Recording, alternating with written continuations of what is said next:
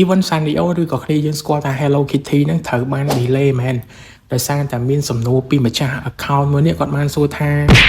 event Sanrio ហ្នឹងត្រូវបាន delay ហើយមែនហើយរឿងបញ្ហា event ហ្នឹងព័ត៌មានមានតែការចេញគឺចេញនៅថ្ងៃទី5ខែ6ខាងមុខនេះហើយអាព័ត៌មានដែលថាគេ delay ហ្នឹងគឺអត់ទាន់មានទេអញ្ចឹងខ្ញុំមិនដឹងថាគាត់បានដំណឹងហ្នឹងមកពីណាទេហើយដំណឹងដែលយើងអាចទុកចិត្តបានហ្នឹងមានតែទៅតាមដាន page official របស់ Mobile Legends តែមួយគត់អញ្ចឹងរាល់ event អីទាំងអស់មុននឹងគេចេញហ្នឹងគឺគេអាចផុសព័ត៌មានមុន 4-5 ថ្ងៃអីអញ្ចឹងណាតែឥឡូវហ្នឹង page Mobile Legends official ហ្នឹងក៏យើងអត់អាចទុកចិត្តបានដែរដូច skin event Zenith របស់ពនាងព្រៃសនេះអញ្ចឹងផុសព័ត៌មានក្នុង page official ម៉ោង12ហើយម៉ោង3ថ្ងៃត្រង់ចេញ skin Zenith របស់ពនាងព្រៃសហ្នឹងឯងឥឡូវហ្នឹងយើងអត់ដឹងថាទុកចិត្តមួយណាបានទេបើកក្នុងហ្គេមឃើញពេលណាគឺពេលហ្នឹងទៅហើយខ្ញុំសង្ឃឹមថានឹងមានការត្រឡប់មកវិញ event Sanrio ឬក៏ Hello Kitty ហ្នឹងតាមព័ត៌មានបាយធ្លាយហ្នឹងមកវិញទៅដោយសារតែមានគ្នាយើងមកចំនួនច្រើនហ្នឹងគឺគាត់ចង់ឲ្យ event ហ្នឹងត្រឡប់មកវិញដូច Cloud នេះអញ្ចឹង3 bingo ឲ្យគាត់ free ticket 2ដងហ្នឹងណា